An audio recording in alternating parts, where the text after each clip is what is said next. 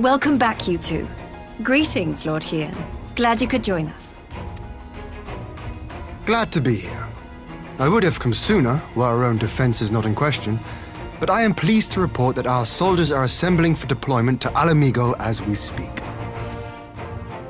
We're grateful for your support. Thanks to the efforts of our allies, it won't be long before we've established defensive positions on this front as well.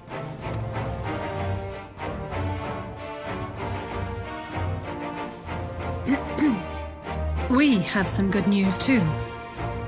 Alphino has come back to us. As for the bad news...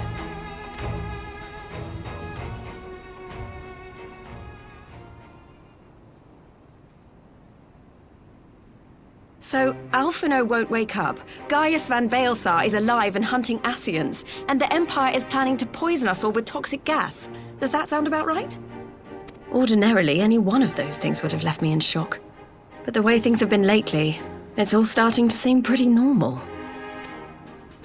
Getting back to your report, are we sure this Black Rose is the weapon Maxima was talking about? It fits the description. And it seems we have Alphino to thank for sparing us an early demonstration of its effectiveness. I have a feeling this won't be the last time his bravery in the Empire will serve us here in Eorzea. The threat of an unknown weapon has had us all on edge. But now that we know what we're dealing with, we can take steps to defend against it. As for Gaius, I'm not sure what to think. Am I happy he's alive? Not in the slightest. Am I happy he's hunting Ascians? Aye, I'd have to say I am. Oh, speaking of Garleans you didn't expect to see, we have a tale of our own, as it happens. When we sent envoys to the Imperial Army to request talks, they returned with the message that Varys Zos Galvus would be attending.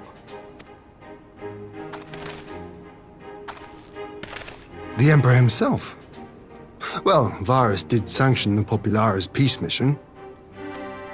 But knowing that an Ascian walks in his son's skin, I do not see how we can trust him or anyone from that nest of vipers. The Alliance would proceed with negotiations regardless, if only to give ourselves more time to prepare. We do, however, require your cooperation. Right. Yes. So, as a condition for the talks to go forward, the Empire has requested that a member of the Scions be present. There'll be a representative from each Alliance nation, of course, but I'm afraid we have to ask that you come along too.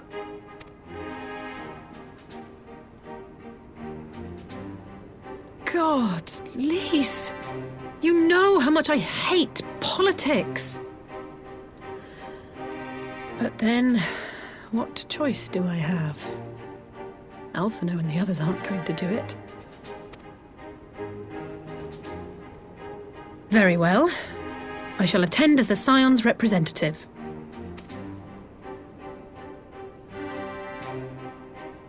In case you're wondering why I didn't ask you, the Empire also requested the presence of Eorzea's champion.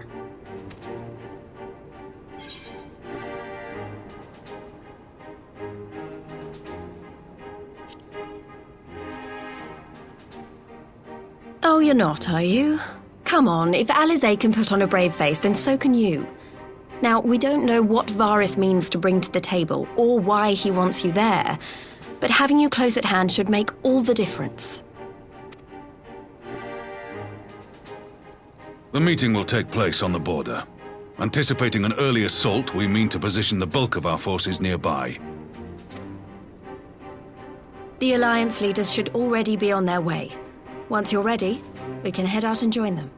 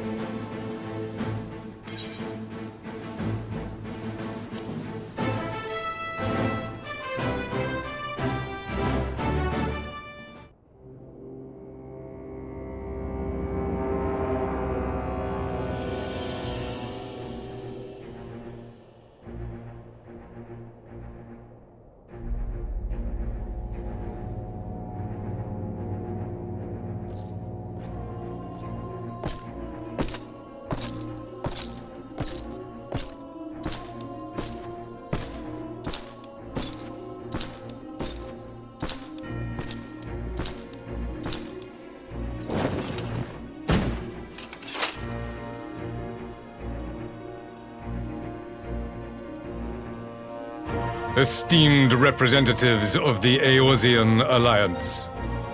On behalf of the Garlean Empire, I thank you for inviting me here today. As this parley was convened at your request, I invite you to speak first. Very well, Your Radiance. I, Nanimo Ulnamo, 17th in the line of Ul, should be pleased to oblige you. As recent events in Alamigo and Doma have made plain, the subjugation and exploitation of neighboring nations is not a sustainable policy. Should this day end in war, you may very well defeat us. But you will never extinguish the people's desire for freedom.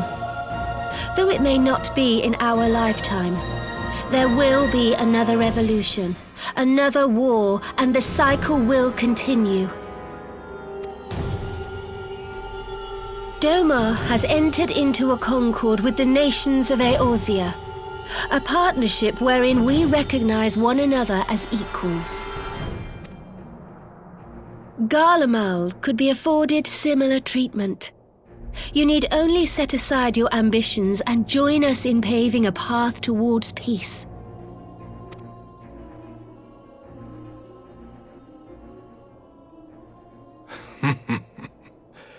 You will not win me over with sophistry, Your Grace. As you know only too well, this alliance lacks the strength to keep the peace within its own borders. Even now, your struggles with the Beastmen continue unabated.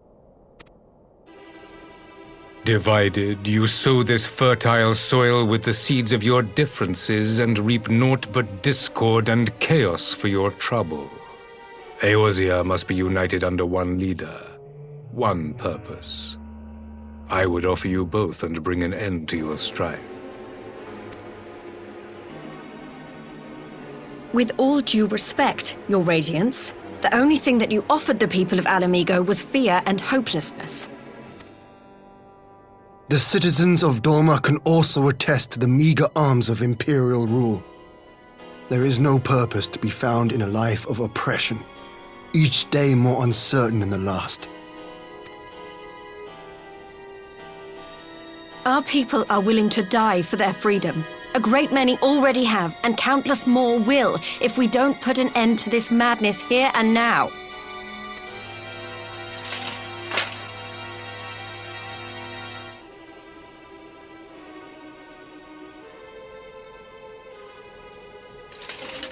We brought order and stability to your lives.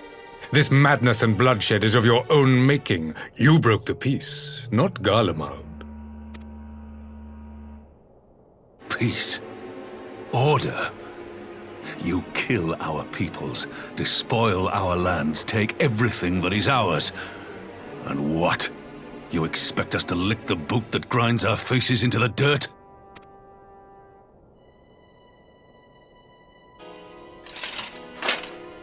I expect you to weigh the costs. To recognize the countless lives have been lost on both sides in pursuit of a greater good, and to not squander all we have achieved in a fit of petulance.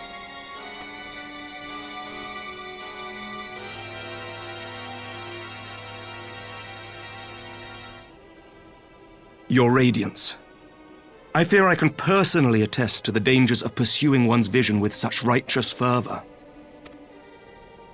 For 1,000 years, the Holy See of Ishgard waged war with dragons.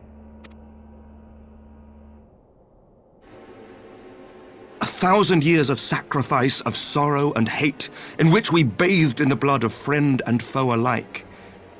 Had it gone on any longer, we may well have drowned. Yet we have chosen to raise ourselves out of this bloody spiral, and have since made peace with our former enemy. So I understand. No doubt the dragons were more receptive to your overtures in the wake of their leader's demise.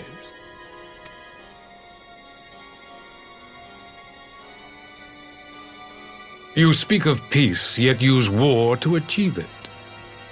Your father would not have bothered to obscure his intent with honeyed words. He understood that strength is all that matters in the end.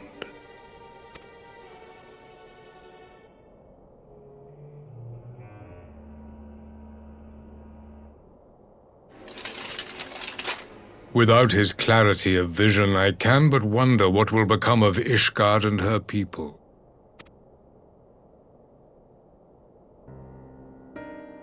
There was a time when Garlemald too lacked a leader of conviction. Weak and unable to wield magic, we were at the mercy of the strong from whom we sought refuge in the bitter cold of the north.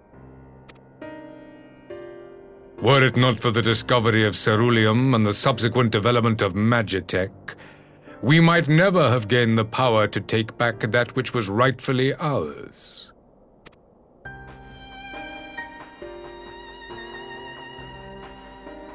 You speak as if your people were the first to have been driven from their homes. Limsa Lominsa was built by wayward souls in search of a place to call their own. On the shores of Vilbrand we found it, and from those humble beginnings did we grow and flourish. And all without robbing our neighbors of their liberty.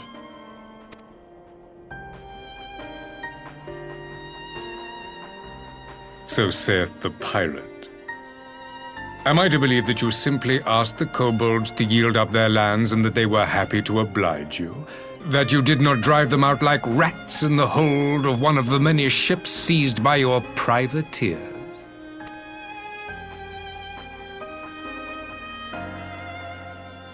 I will concede that after centuries of exile, reclamation may be mistaken for invasion. Nevertheless, it is not. And those who till stolen soil have no right to object when cast out in turn.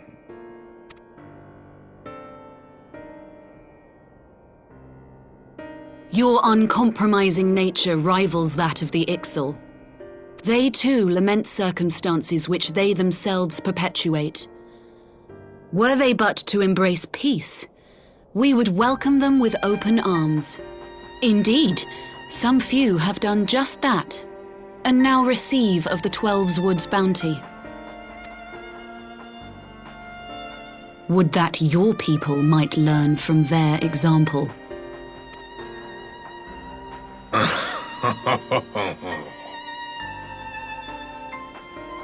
You dare compare us to the Birdmen? You who thought to invoke the 12 and threaten all of creation?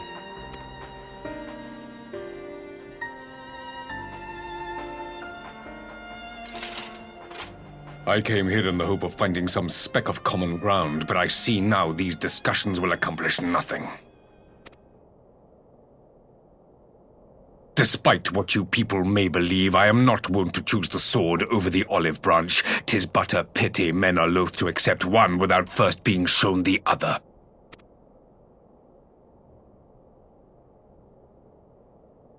Wait, I beg you. This meeting was supposed to be a chance to find a way forward together, not to bemoan the missteps which brought us here.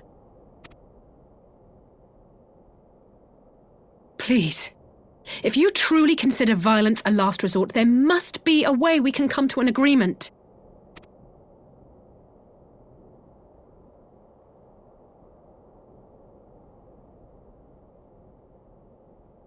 As Mistress Alisaie says, we did not come here to bicker over the past, but to discuss how we might strive towards a brighter future.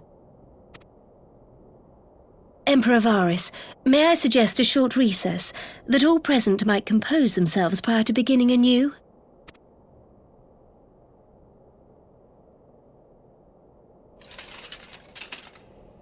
Very well. I pray this intermission will suffice to move these talks in a more constructive direction.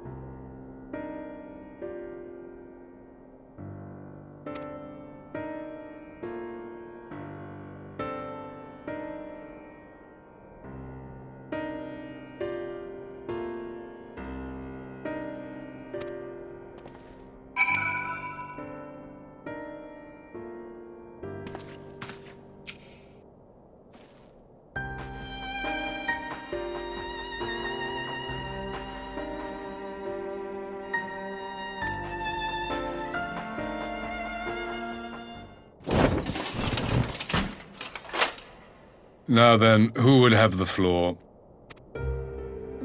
Before we resume, I wish to offer you an apology. After you graciously accepted our invitation to discuss an armistice, we have done naught but rebuke you at every opportunity. I believe I speak for all of us when I say we are deeply sorry for our discourtesy.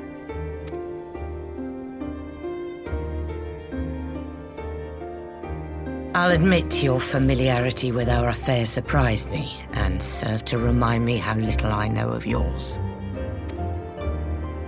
I think all here can understand the desire to reclaim one's homeland. But why expand further? That is my question.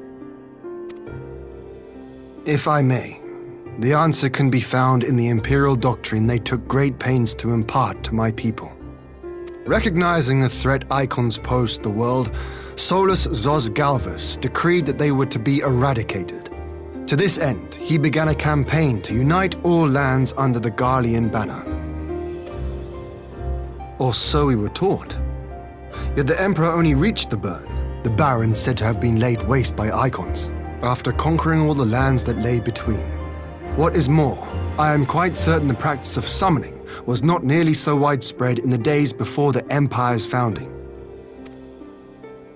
When you put it like that, it all starts to sound like an excuse, doesn't it?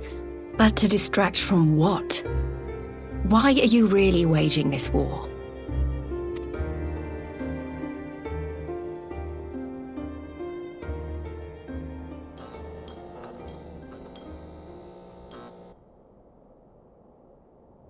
Finally, you ask the right question. I can but hope you heed mine answer and at last accept the righteousness of our cause. My goal is this: to return the world to the way it once was, the way it was always meant to be. In doing so, mankind will be made whole once more.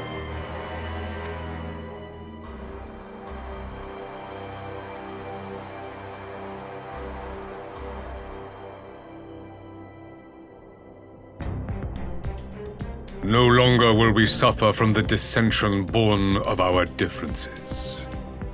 There will be but one race, a perfect race, as we were when time began. What in Rulga's name are you talking about? I am talking about the origins of this star, of the source and its 13 reflections. At the instant of the great sundering, 'twas not only the world that was shattered, but mankind itself. Thus were we divided into myriad races, each with its own unique imperfections. That is why man looks upon his neighbor and feels fear and hatred, why he wages war, why he kills his brother. You all in your own way have proven as much today. The peace you seek is but a fleeting solution to a fundamental problem. One which calls for more drastic measures.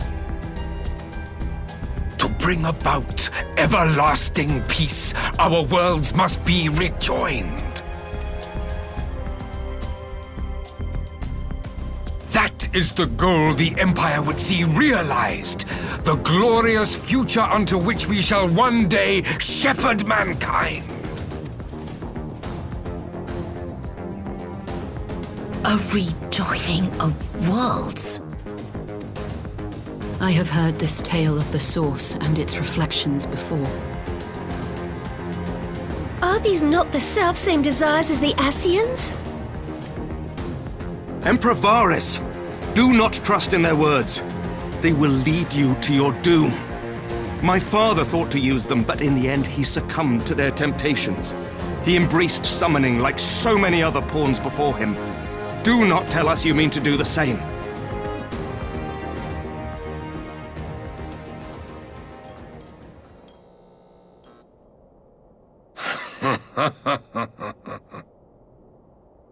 To be a pawn, free from the burden of choice, would be a blessing.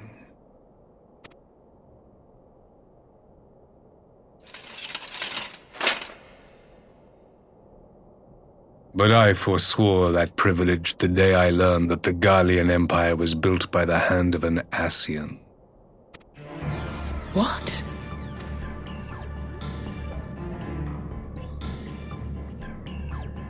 Yes. My grandsire, the former emperor, is of their number. And who better to build an empire capable of bringing about the calamitous change we desire? Would you condemn me for this alliance? For bowing to the will of these shadowy masters when the prize is true and lasting peace?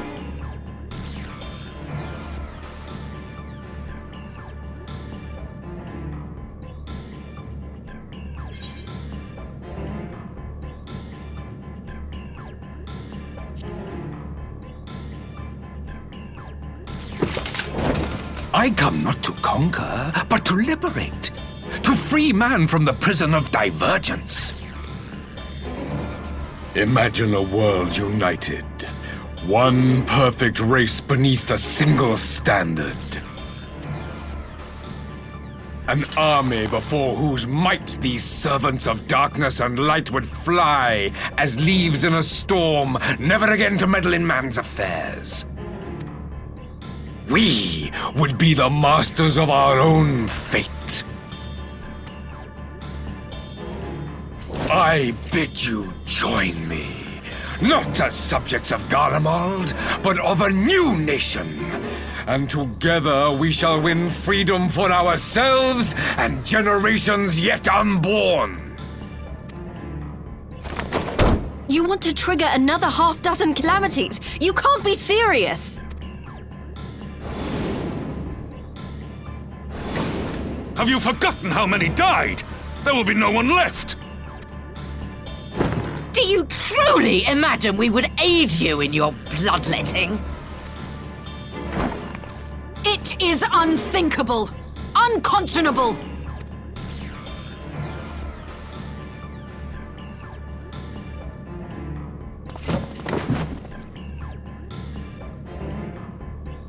And what is the alternative? To be as cattle waiting for slaughter? I would have us work together that we might take fate into our own hands! Into your hands, perhaps. But what of the other worlds, your radiance? With every calamity, you obliterate a star and every soul that dwells on it. To the Ascians, we are all but tiny, momentary specks within an indifferent universe. We cannot hope to oppose them until we have been made whole once more.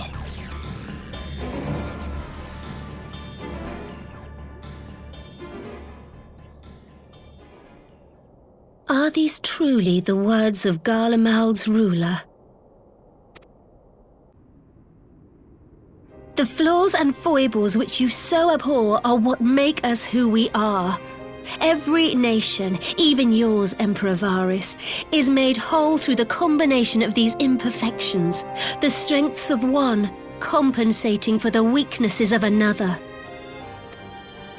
While it is true that man succumbs all too often to anger and avarice, he may yet overcome his baser instincts through the forming of bonds with others, fostering community and cooperation.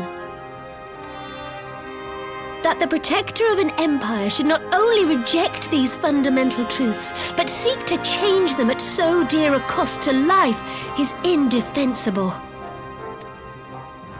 Such a man is not fit to govern.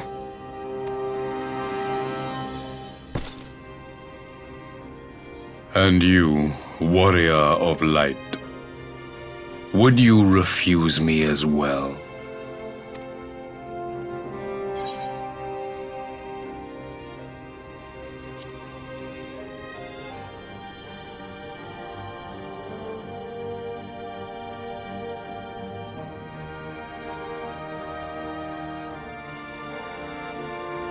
It would seem the Alliance is of one mind on this matter.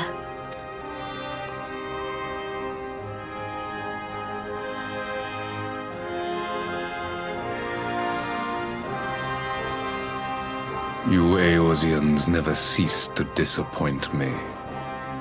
Though I suppose I have only myself to blame for expecting more from savages. This discussion is at an end. I bid you make ready for our next meeting. It will not be at the negotiating table.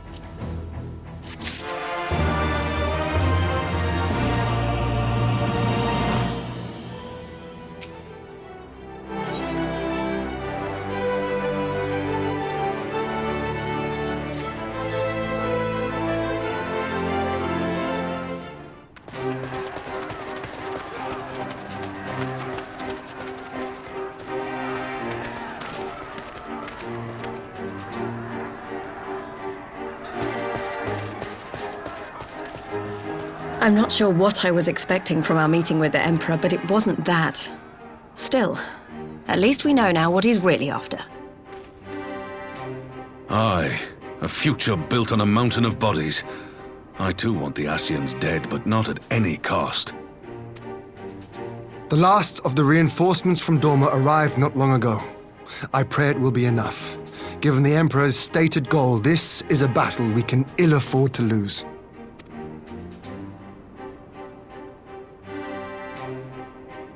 If the Garleans come in force, we may not have much say in the matter, even with our combined strength.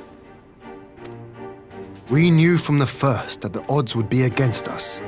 But if there is even the slightest chance of victory, we must do everything in our power to seize it.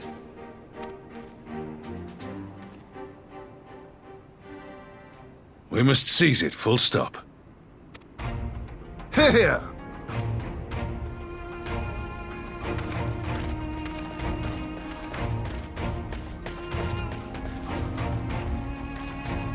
The two of you are to join an irregular unit and support the main host. I won't bother asking if you're minded to fight. After coming this far, how could I not? And for once, there's no one around to countermand me. Not that they would. Not even my brother. But we all know who really make the difference. Ready to frighten some Garleans? I wouldn't want to be on their side. Might I ask you to accompany the Dorman contingent? They are strangers here, and your presence would do much to raise their spirits.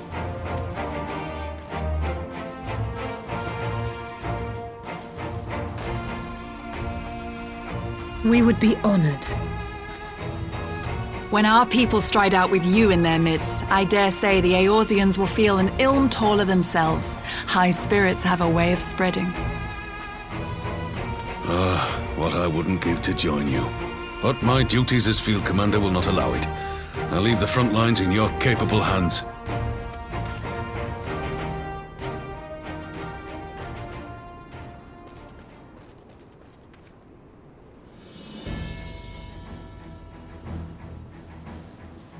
Comrades, ready your arms. The hour of battle has come. May the crystal guide us to victory!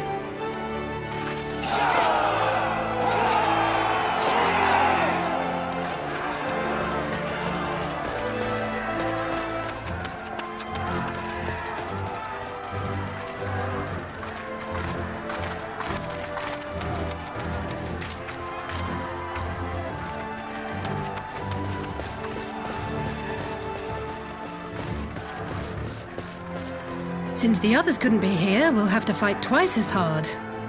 If Alphinaud wakes to find the Imperials have won, I shall never hear the end of it. It's strange. I thought I would be terrified when the fighting started. I should be terrified. But with you at our side, I can't help feeling everything is going to be all right. So please, don't you dare leave me alone.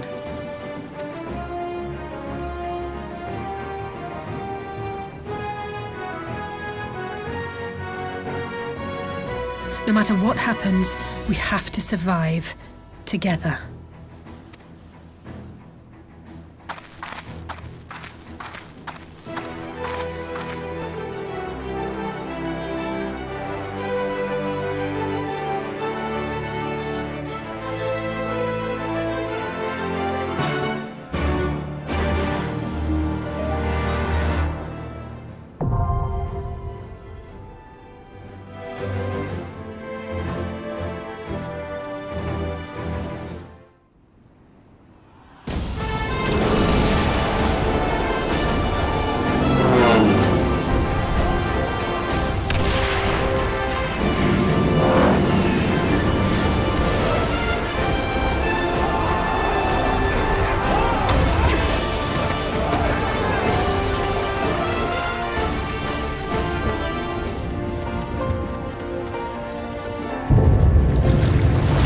Leave this to me.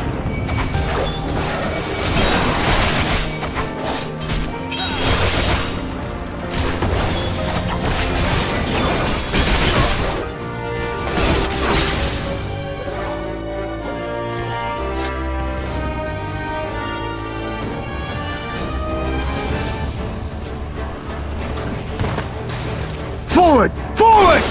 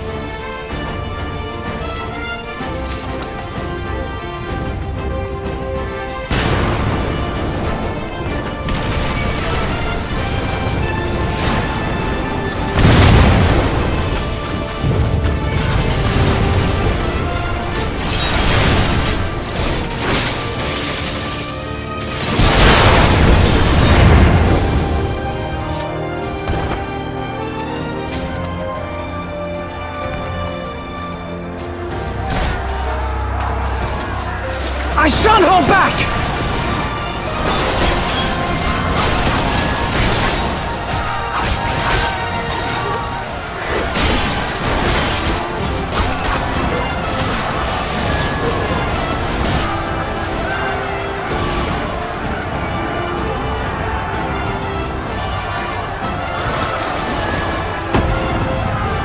Ready?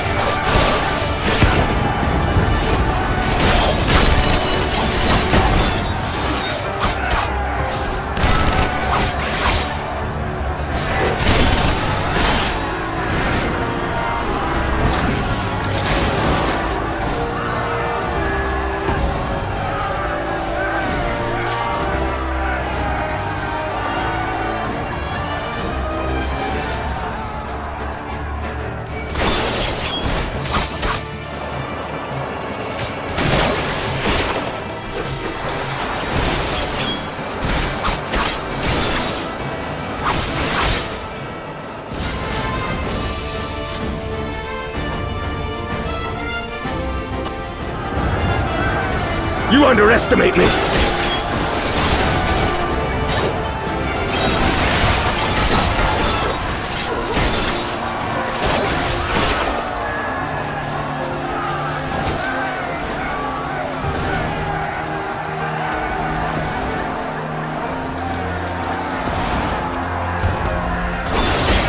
This knight does not yield!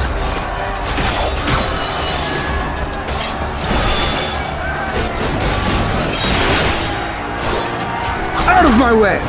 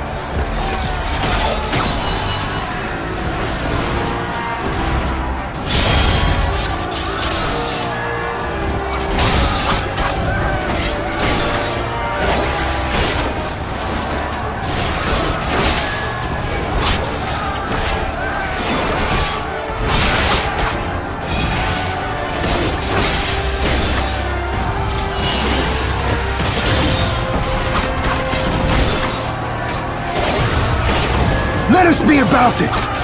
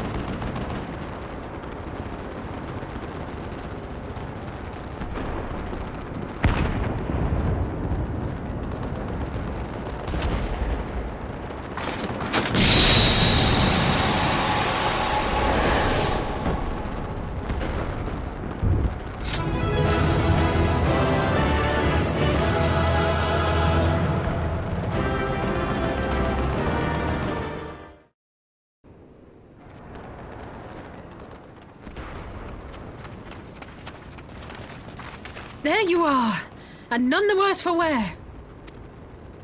Indeed. I had hoped we might do more to help, but there seems to be no one left to fight. A tactical withdrawal, perhaps? We should give chase. Finish them off while we have the chance. Imagine the other surprise when they wake to find the war already won.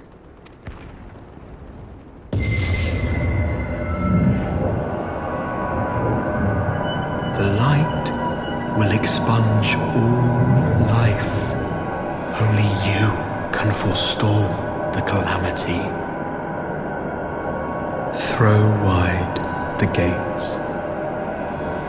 No! Not like...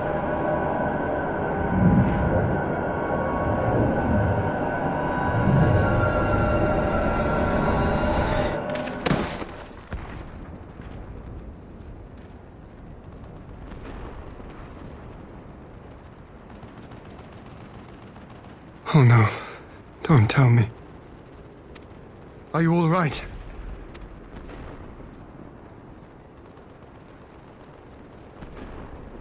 Quickly, we must get her back to the encampment.